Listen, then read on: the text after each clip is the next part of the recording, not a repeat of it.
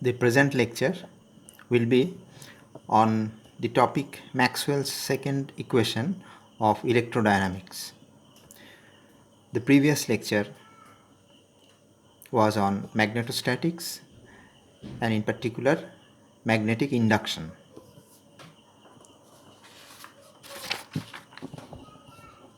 Now there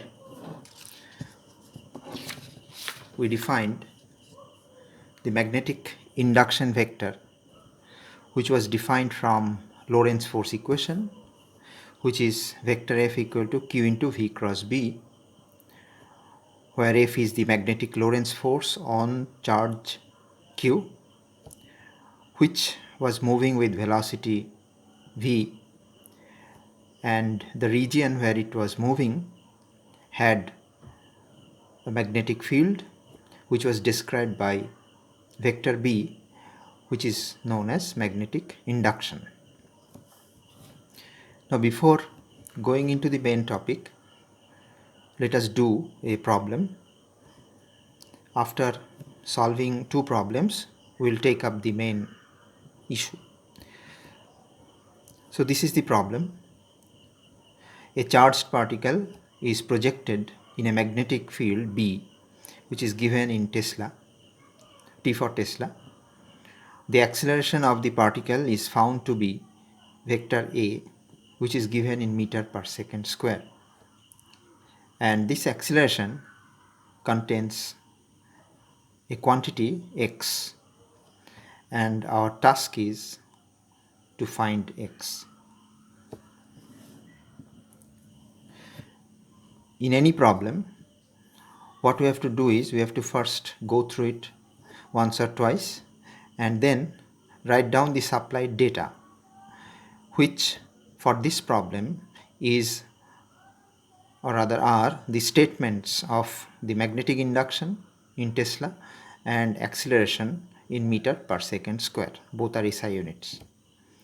Now, by Newton's second law of motion, we have acceleration given by force by mass.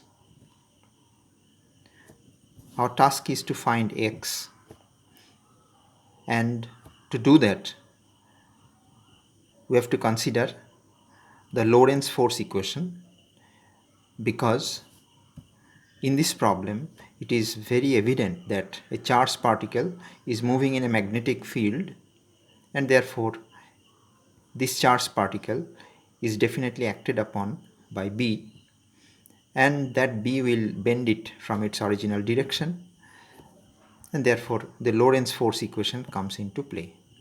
So F equal to Q into V cross B, and in this equation F is perpendicular to B as stated previously,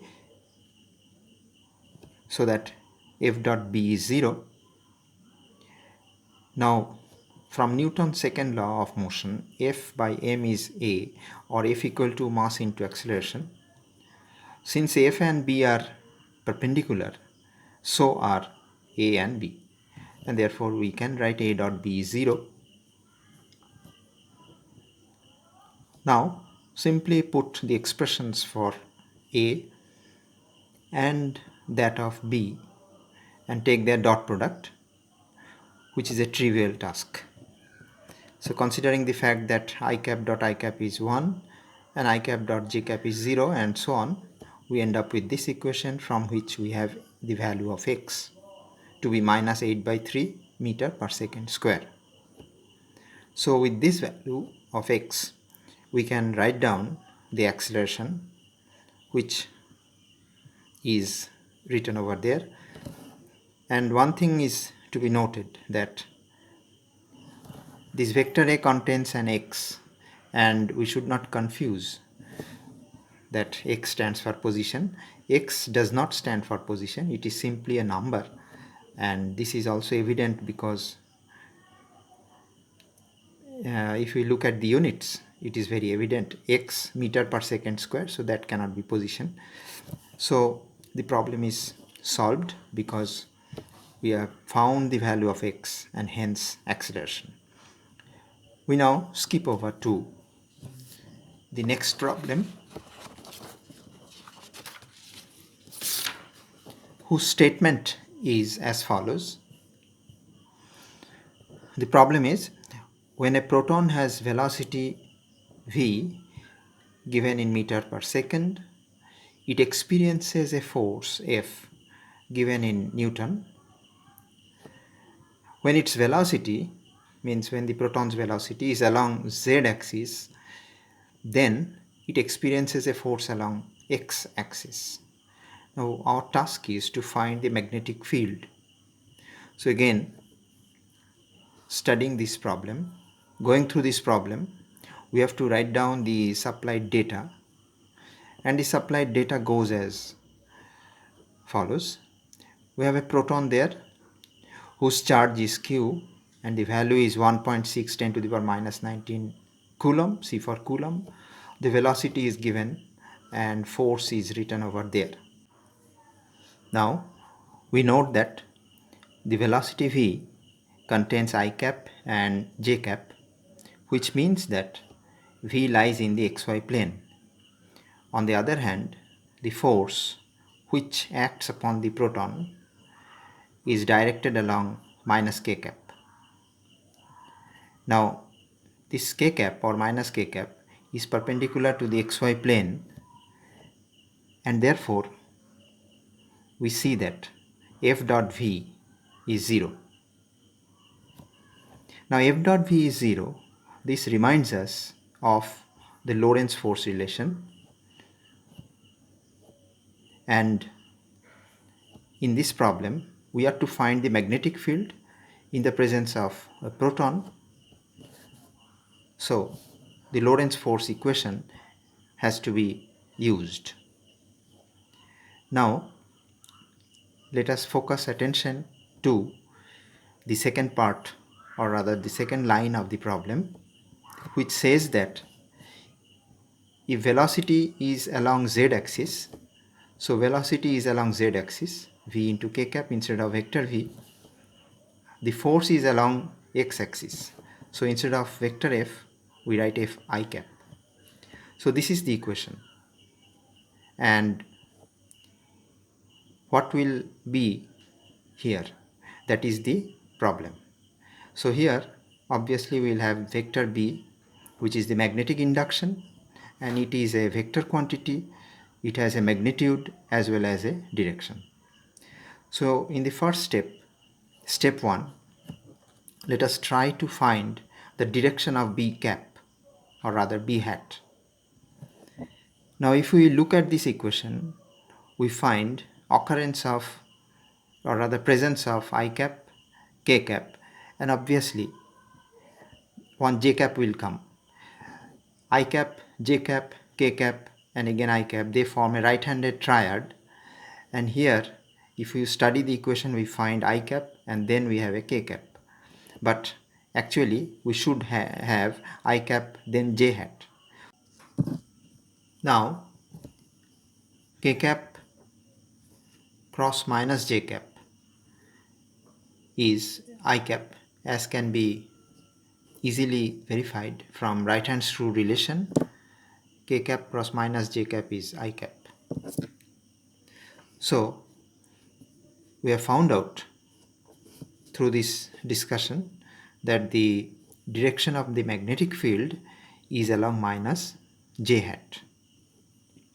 So step 1 is over, and we now pass on to step 2, which is evaluation of the magnitude of magnetic induction, and this we do from Lorentz force equation, where let us substitute the value of F, value of the charge, the proton, the velocity with which the proton was moving, and vector B, which has two parts. One part has been obtained, namely the direction part. The magnitude part is not known. Now using I cap cross j cap is k cap, and cross with oneself gives 0. We end up with this equation, which on simplification turns out to be 0.4, and the units Newton per Coulomb multiplied by second per meter. This combination of units can be recast as Coulomb per second, which is actually Newton per ampere per meter, which according to lecture 1a, the previous lecture, turns out to be Tesla. So we have successfully derived the value of magnetic induction, which turns out to be minus 0.4 Tesla J hat. So we have solved two problems, and now we'll move over to the main topic, main issue, namely Gauss law of magnetostatics. So let us start Gauss law of magnetostatics, whose statement is as follows. The magnetic flux across a closed surface is zero. Now, the definition of magnetic flux was given in lecture 1, previous lecture, and there we wrote it to be integration over s b dot ds. Here s is an open surface, but in Gauss law of magnetostatics, the surface under consideration is definitely or essentially a closed surface. So Gauss law of magnetostatics states that the magnetic flux of magnetic induction across a closed surface is essentially or necessarily zero. Now this is called the integral form of Gauss law of magnetostatics because of the presence of an integral sign here, and it is a closed integral as evident from the occurrence of this circular sign. The differential form of this equation is divergence B equal to 0, and the reason for calling it a differential form is because of the presence of del x, del y and del z in this equation.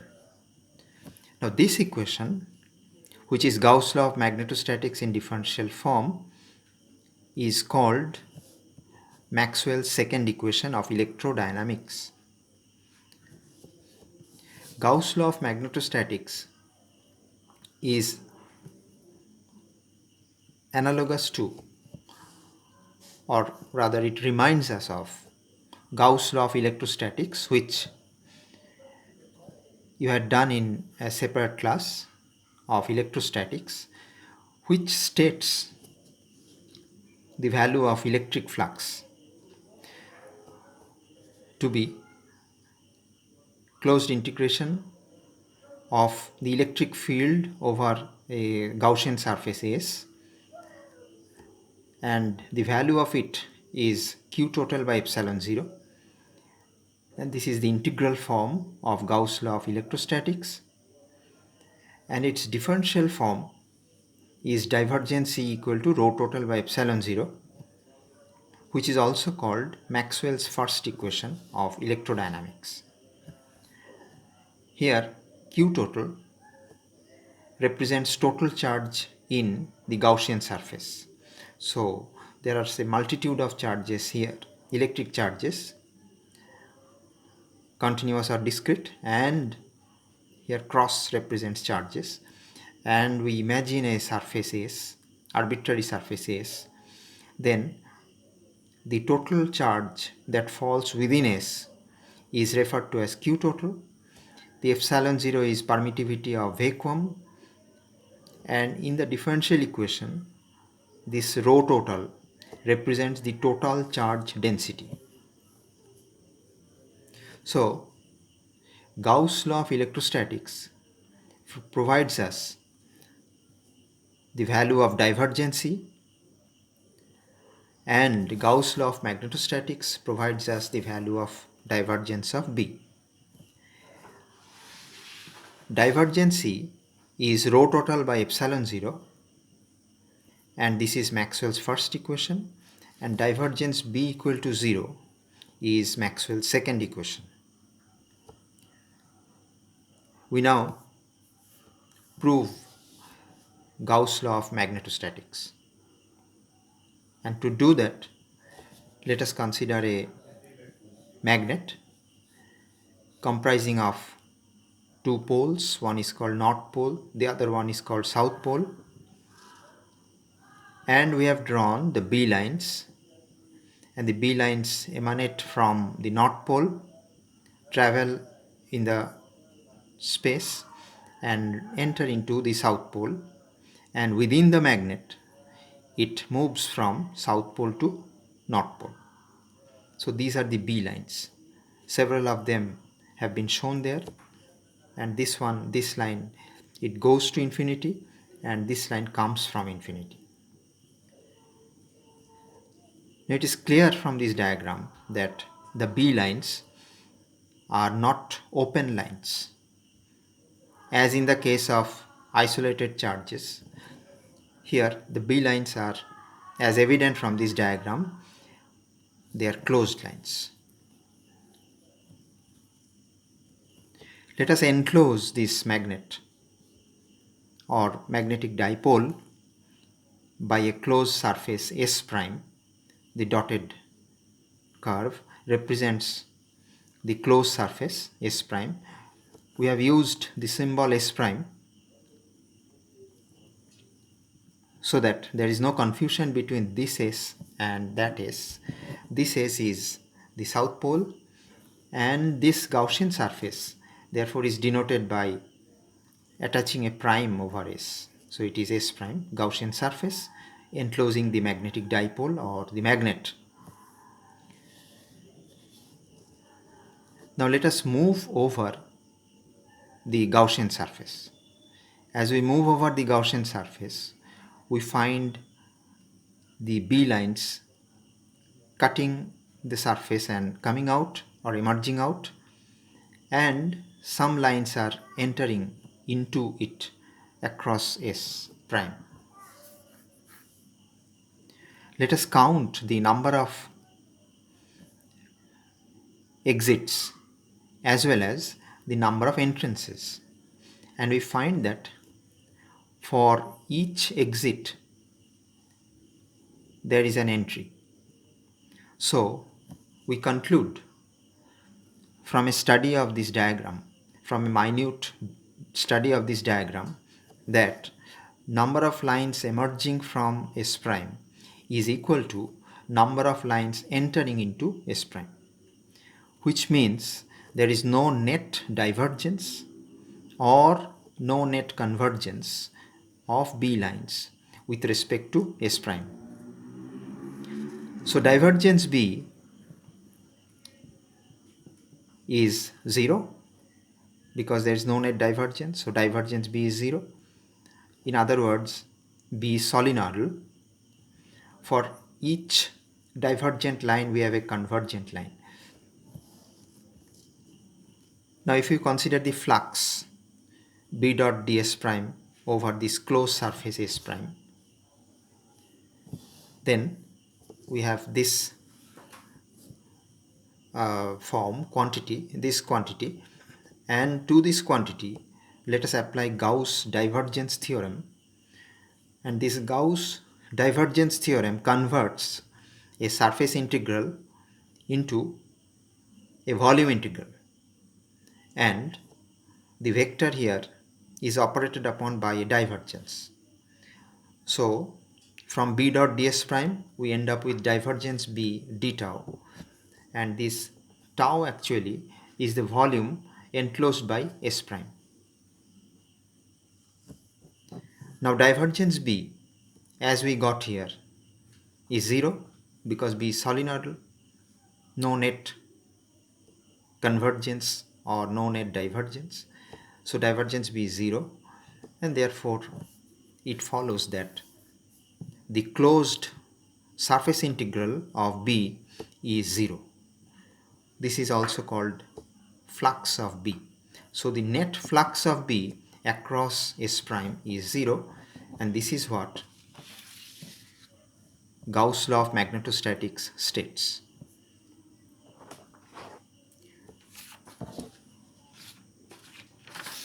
Let us now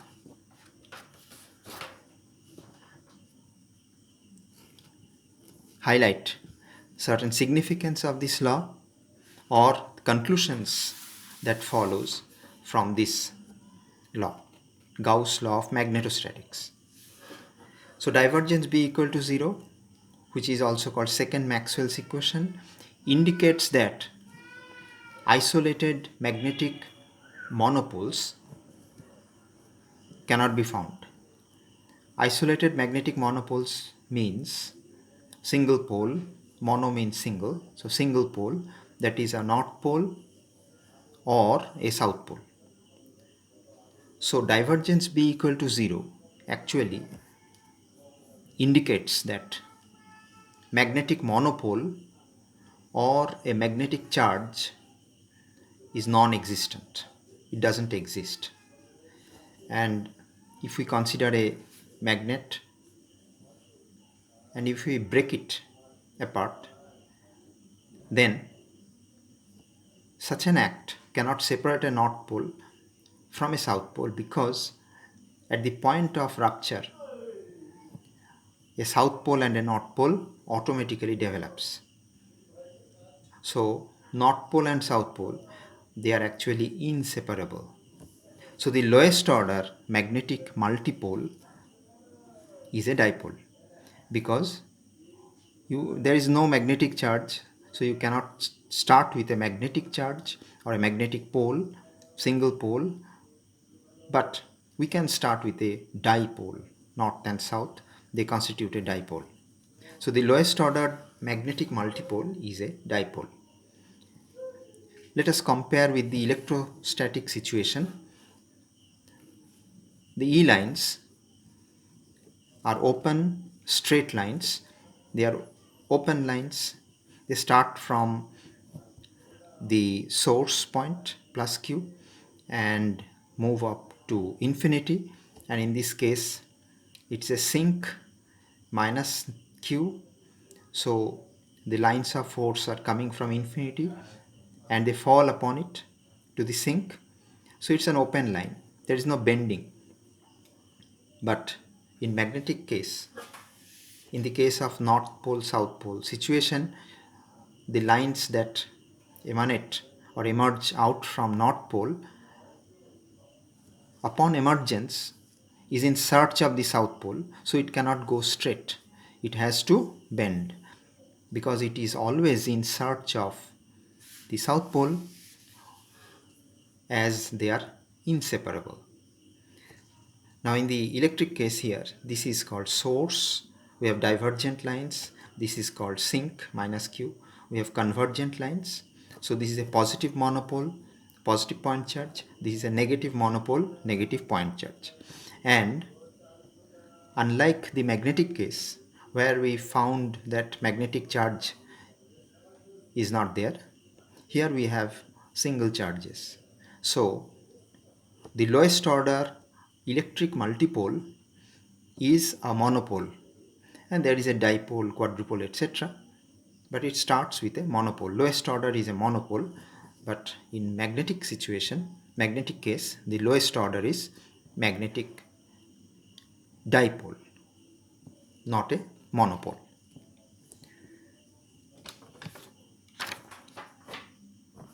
Let me a bit more elaborate on this point, because it is a very important point. From a study of electrostatics, we know that the order of pole means a point charge, order of pole is denoted by the symbol small l. So L is order of pole, and 2 raised to the power L represents number of poles, and the values of L can be L equal to 0 for a monopole, single pole, because 2 to the power L is 2 to the power 0 here, so 1, so 1 pole is there. L equal to 1, this corresponds to 2 to the power L, so 2 to the power 1 is 2, so L equal to 1 corresponds to 2 poles, and similarly L equal to 2 corresponds to 2 to the power 2, 4 poles, which is quadrupole. So in short, L equal to 0 is a monopole, L equal to 1 is a dipole, L equal to 2 is a quadrupole, and so on and so forth. We have octupole, hexadecapole, and so on. Now in electric case, we have electric multipole, and for L equal to 0 we have electric monopole, for L equal to 1 we have electric dipole, for L equal to 2 we have electric quadrupole, and the diagrams have been shown. Single point charges plus q minus q. Electric dipole is an assembly of two point charges, equal and opposite, separated by a very short distance, p being the dipole moment. And in case of electric quadrupole, charges can be arranged either linearly to give us a linear quadrupole, or in a planar basis where we have a box type situation which corresponds to a planar quadrupole. In magnetic situation, if we consider a magnetic multipole, we can proceed similarly, but for L equal to 0 will not have anything here, so a big difference. But for L equal to 1 we have M1, which corresponds to magnetic dipole, and for L equal to 2 we have M2, which is which runs parallel to E2, and we have a magnetic quadrupole. So the multipoles in magnetic case are magnetic dipole and magnetic quadrupole. So obviously L equal to 1 is the lowest order magnetic multipole. L equal to 0 is missing, magnetic monopole is non-existent, and this follows from the fact that divergence B equal to 0, which is Maxwell's second equation. And in contrast, in electric situation, L equal to 0 is the starting point. L equal to 0 is the lowest order electric multipole.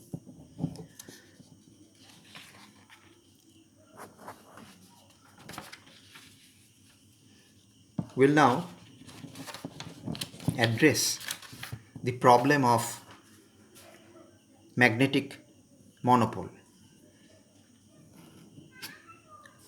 Let us consider electric field E and magnetic field B and try to investigate whether they are analogous. Now, electric field is a property which is exhibited by electric charges or monopoles, like a positive charge, we can denote it by plus q or q1, negative charge minus q or q2, and these charges interact, and the interaction is governed by Coulomb's law, which essentially is q1 q2 by r square. So this is all about the electric situation, but in magnetic field case, we can say that magnetic field is a property exhibited by or shown by a magnet which has a north pole and a south pole. Here the and was missing. Positive charge, negative charge, they are isolated, but here north pole, south pole, as we mentioned earlier, they are inseparable. So the and is very important here. Now let us recall Gilbert's model. In Gilbert's model, poles are, the north pole and south pole, are covered with a magnetic charge analogous to electric charge and is endowed with pole strength. So we have, for the north pole we have plus m or m1, and for the south pole we have minus m or m2. And what is pole strength? Pole strength is the capability of the pole to attract magnetic materials. In other words, it is the magnetic field produced by one pole, either North Pole or South Pole, and this pole strength has a unit, ampere into meter. And very importantly, they interact, M1, M2, they are pole strengths of North Pole and South Pole. They interact as per Coulomb's law. And Coulomb's law is m1 m2 by r square. So the interesting fact is that this Coulomb's law is used to describe magnetic field. So let us make a gist of what we said now. In electric case we have electric charge, in magnetic case we have magnetic charge. Interactions in electric field are described by Coulomb's law, and interaction in magnetic field is also described by Coulomb's law. So let us pose this question that are E and B analogous? E for electric field, B for magnetic field. Are they analogous? Why not? It seems reasonable. It's a reasonable guess that these fields are analogous. Though the analogy between electric field and magnetic field appears to be irrefutable and we are logically consistent, but soon we'll find that we are nearing a dead end. We are in a quandary. In the electric field case, we have the E lines over there for a positive charge and for a negative charge, and these electric charges are experimentally observable because of the presence of electron, proton. They are experimentally observed. On the other hand, in case of a magnetic field, which is described by a magnet, North Pole and South Pole, and these are the B lines, these North Pole and South Pole, they refuse to separate. Now what if we split a magnet down to individual particles? We still get a magnetic dipole. So a North Pole, a separate North Pole and a separate South Pole are not possible. This means that magnetic charge is not experimentally observable.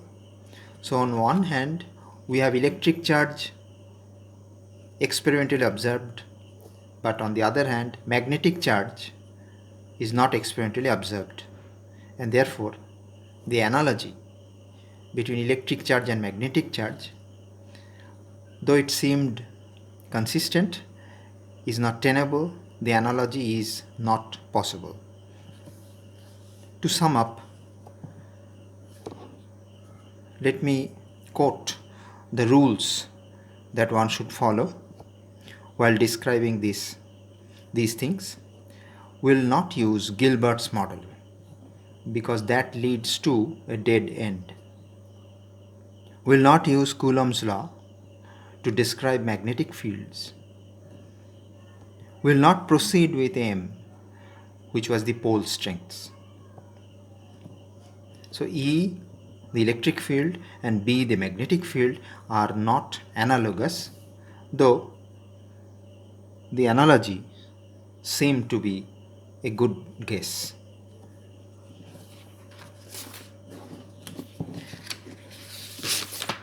Let me now make a certain tempting arguments. Magnetic monopole seems to be completely reasonable particle.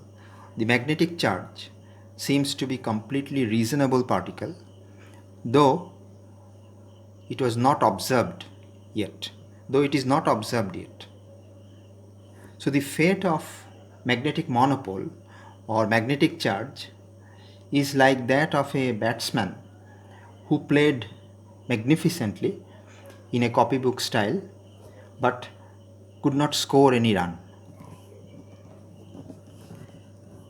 Absence of magnetic charge means Maxwell's equations are not symmetric with respect to E and B. We wish to elaborate on this a bit. Let us write down Maxwell's equations of electrodynamics in SI units. This is the first equation. Divergence E is rho total by epsilon 0, and the second one is divergence B equal to 0. The main topic of this lecture was divergence B equal to 0, Maxwell's second equation. Rho total is the total electric charge density, epsilon 0 being the permittivity of free space, having this amount of value. Now here divergence B is 0 and essentially 0, but here divergence is rho total by epsilon 0, where rho total may or may not be 0. So there is a difference, but the glaring asymmetry in Maxwell's equation is extremely evident when we compare the third and the fourth equation. Let us first brief the fourth equation. This is the fourth equation. Curl B is mu 0 J total plus epsilon 0 del E del T, which we'll derive later, or you'll derive later in a future class. This is the Maxwell's fourth equation. Here J total is total current density and mu 0 is permeability of free space, 4 pi 10 to the power minus 7 Henry per meter. This curl E is minus del V del T. This third equation has only one term on the right hand side, but the fourth equation consists of two terms on the right hand side. Now del B del T and del E del T, they can be compared. Instead of B we have E here, and instead of E we have B here, but we have no term corresponding to mu 0 J total here. Now what is J total? J total is total current density, which arises due to electric charge. So electric charge gives rise to total current density. In a similar fashion, if or had there been a magnetic charge, we would have got a magnetic current density here. But since there is nothing called magnetic charge, so there was no term included here.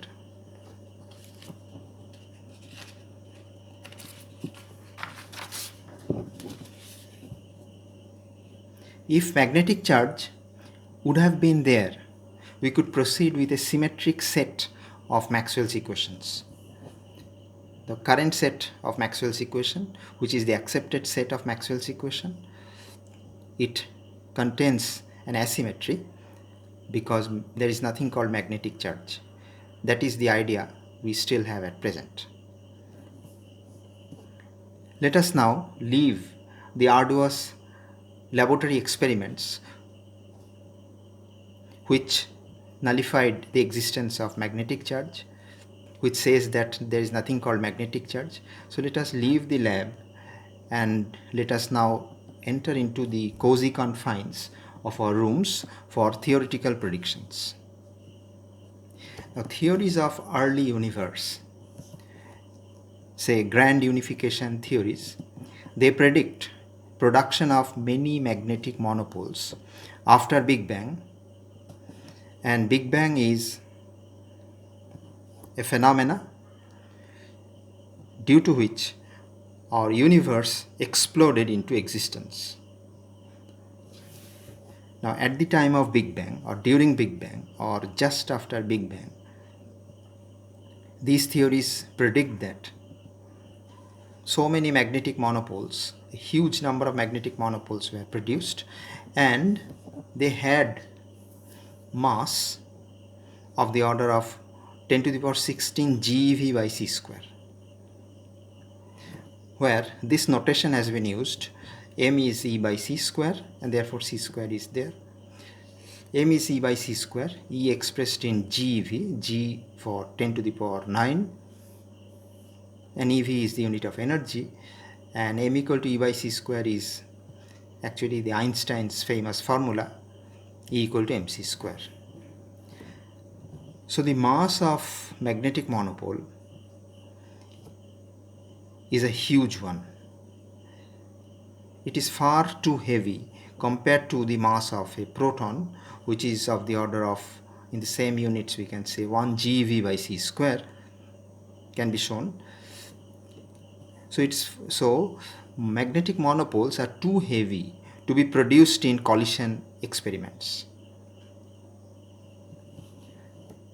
Now this amount of energy, which is extraordinarily large, is not reachable by modern particle accelerators.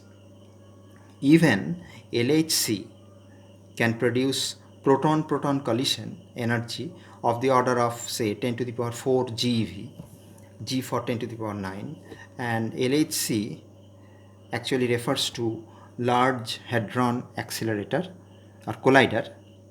It is the world's largest particle accelerator. So we can conclude that no magnetic monopole exists of mass less than 10 to the power 4 GeV as per our experimental observation. But who knows whether magnetic monopoles greater than this value exist or not. So we can conclude that physics of magnetic monopole may be the physics not yet seen. According to Chris Webber's quote, Chris Webber was a famous American basketball player, and according to his quote, you are guilty until proven innocent. And in a lighter vein, we can say to the magnetic monopole, you are absent until we prove your presence. So it is time to wind up. Let us make a gist. The magnetic flux of magnetic induction vector across a closed surface is 0. This is the integral form of Gauss' law of magnetostatics.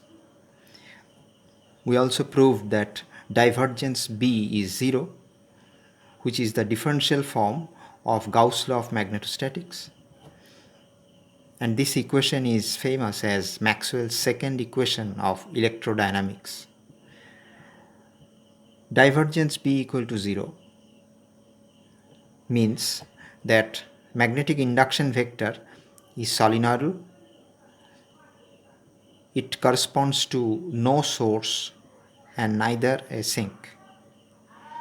And divergence B equal to 0 physically means non-existence of magnetic monopole, or in other words, non-existence of magnetic charge. So the order of multipole L should begin from 1. L equal to 0 is not there. Maxwell's equations of electrodynamics are not symmetric. We showed that. In this lecture, we came across certain famous people. They are Lorentz, Coulomb, Newton, Gauss, Maxwell, Tesla, Gilbert, Faraday, Henry, and Einstein. In a complementary lecture, if I can prepare in future, it will be called lecture twice B, 2B, where we will discuss about the scientists, their contributions, and so on. Some queries can be addressed, and certain problems relating to Maxwell's second equation can be solved. Let me end up with this quote of William Arthur Ward, who was a regular contributor to the world famous magazine Reader's Digest. According to his words, opportunities are like sunrises. If you wait too long, you miss them. We have to wait for the sun to rise for the magnetic monopole, if at all. Thank you.